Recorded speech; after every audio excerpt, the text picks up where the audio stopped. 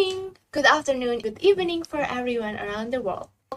Welcome to the podcast Let's Talk About Anything with me, Dea, as your lovely host.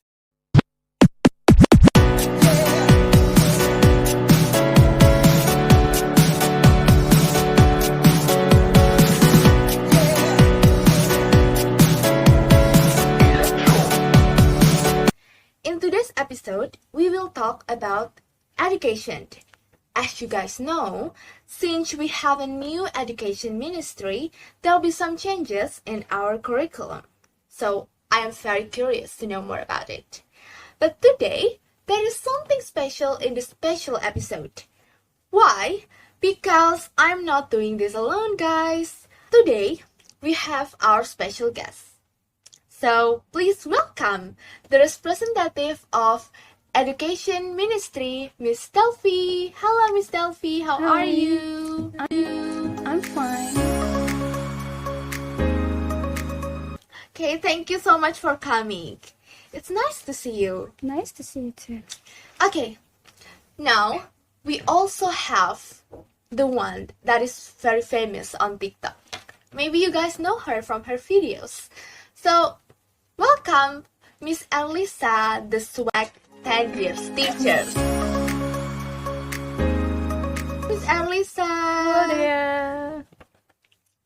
So it's very nice to see these people, but we still have one more person, and she is very experienced in her field of education. So she has already conducted 7 researchers about education. So please welcome Miss Nathania. Hello, Miss Nathania. Thank you for inviting me to this wonderful podcast. Oh my god. It's nice to see you guys all. I'm so happy. But okay, let's not waste any moment. So, I heard about the new curriculum and I heard the word about deep learning. So, Miss Delfi, I want to ask you what deep learning is. Okay, so deep learning is a learning method that is focused on developing deep critical thinking. So this is a way of learning that makes students active, creative, and also ready to face challenge in the real world. So it's not just about memorizing lessons. Okay, so deep learning is a learning approach, right? Yeah. Okay, but even if it is something we know, there must be the source. Okay, the source for where is it from. So maybe Miss Nathania, can you explain like where it is from and why does deep learning matter? Okay, so actually, the deep learning that we use in Indonesia comes from Michael Fullen's ideas. And deep learning is really important for students because it can involve thinking, creativity, and collaborative problem solving. It helps prepare students for real-world experience and show how complex systems can be learned from past experiences. And this is based on the 3 main pillars of deep learning. Okay, 3 main pillars. Yeah, That sounds interesting. Maybe Miss Erlisa, can you explain to us what is this 3 main pillars? The 3 main pillars are mindful, meaningful, and joyful. Okay, so we have mindful, meaningful, and joyful as our pillar of the building of this. Okay, so maybe Miss Nathania. Oh, no, I'm sorry. Miss Delfi, can you please, explain to us about this mindful, meaningful, and joyful? Mindful is a learning that is done with full awareness and focus. And meaningful is a learning that is meaningful and useful for students' life. Okay. And the last one is joyful. Joyful is learning with a feeling of enthusiasm and full of delight. Okay. So these 3 pillars have different benefit from each to another. From the first one is mindful learning. So from mindful learning, student can reduce their stress. It is because this learning more focused on the way they learn. So students will enjoy the process of the way they're learning and reflecting on what they have learned before. For example, like what have they got from today's class and something like that. And for the second one is meaningful learning. Meaningful learning, as I have said before, that deep learning also helps students to prepare for real-world experience. In this meaningful learning, students will be taught on the material that is connected to the real-world situation. So it can be so useful for their future. And the last one is joyful. This is so exciting, right? Yeah. Joyful. From the name, we can know that joyful learning, it's going to be so fun and enjoyable for students. And basically, it is like how the teacher deliver the material in a fun way. So we expected that teacher would give a fun activity for the student rather than just coming to the class, sitting in the chair, and paying attention to the teacher all day long. It's so boring that. Okay, so basically, from what I heard, deep learning is need to be meaningful, mindful, and joyful. But we heard just from the minister perspective and the researcher's perspective. What about you, Miss Erlisa, as a teacher? What do you think deep learning is? Well, as a teacher, I think deep learning is really help students for become more active and independent. When they learn mindfully, meaningfully, and joyfully, they can understand the lesson better than just remember it. For example, in my class, I like to connect lesson with real life situation. When I teach English, I think I use mindful way. I ask students to write story from their own life. This makes learn more fun and mindful for them. They enjoy it more and I think they remember it better too. Oh, wow. I heard from you and I think that, oh my god, that's so interesting, become a teacher, right? Okay, so actually, I did a little research and I stumbled upon John Picks and I read about deep approach and I am curious to know, like, what is the difference between deep approach by John Picks and the deep learning by Michael Fullen that you guys have explained to me right now? So maybe Miss Delfi care to explain to us? Actually, the difference is in their approach and the methods in developing education. So I have searched for this John Biggs and Michael Fullen's ideas, and I'm also looking for what is the difference. So from what I have got, the difference is on the focus. From John Biggs' idea, the focus is on how individuals can develop their learning method. So it is more like how the student is expected to be more independent in how they learn. From deep learning, students can have better understanding and study more seriously, full of effort. So for example, like when the teacher gives them a math problem, the student will not only think about how to solve it with the math formula that given by the teacher, but they also can explore what is the best formula for these problems, and they can also find the best formula for themselves that's easier for them. Okay. It is more like critical thinking. And for Michael Fullen's ideas, the focus is on education system change. So that is why it has 3 main pillars on it. And every subject will have the same method and must contain 3 main pillars. So the teacher has an important role as a main actor of the class for more effective learning. So for example, in joyful learning, the one who gives fun activity is the teacher, not the student. So the teacher also have an important character.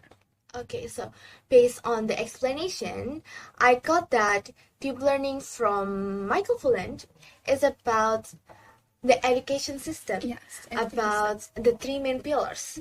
But from John Bick's deep approach, it is about the student independent quality to study, right? Yes. To learn something. Okay. But you know, when we learn about something, there must be something that is different from it. I mean, like when there is a big, there is a small, there is a long, there is short. short. Yeah. So I think there is deep and there is surface. So maybe, Miss Erlisa, do you think what is the difference about deep approach and surface approach? So I think the difference between John Bick's deep approach and surface approach is how students learn. The deep approach means the student really want to understand the lesson. They try to find the meaning behind the information, connect idea, and see the whole picture. They think deeply and not just memorize it. On the other hand, the surface approach is when students only memorize the facts just to pass a test. They don't try to understand, I think. This makes their learn shallow and easily to forget about the material. John Biggs also explained this with something called solo tax. John Biggs also explained this with something called solo taxonomy. Oh, wait a minute. I think from your explanation, I have been studying with surface approach because I just, keep remembering things and don't do the deep approach thing. But I heard one interesting word. Like, this is, this podcast keeps giving me new vocabulary. So, maybe, what is solo taxonomy? Maybe Miss Nathania, can you to explain to maybe us what is solo taxonomy is? Solo taxonomy, or structure of the observed learning outcome, is a framework developed by John Biggs and Kevin Collins to assess and know how depth student understanding. The purpose is to help teachers to understand how far and how deep the understanding has progressed on the students, from a superficial level to one that really deep and complex. Okay.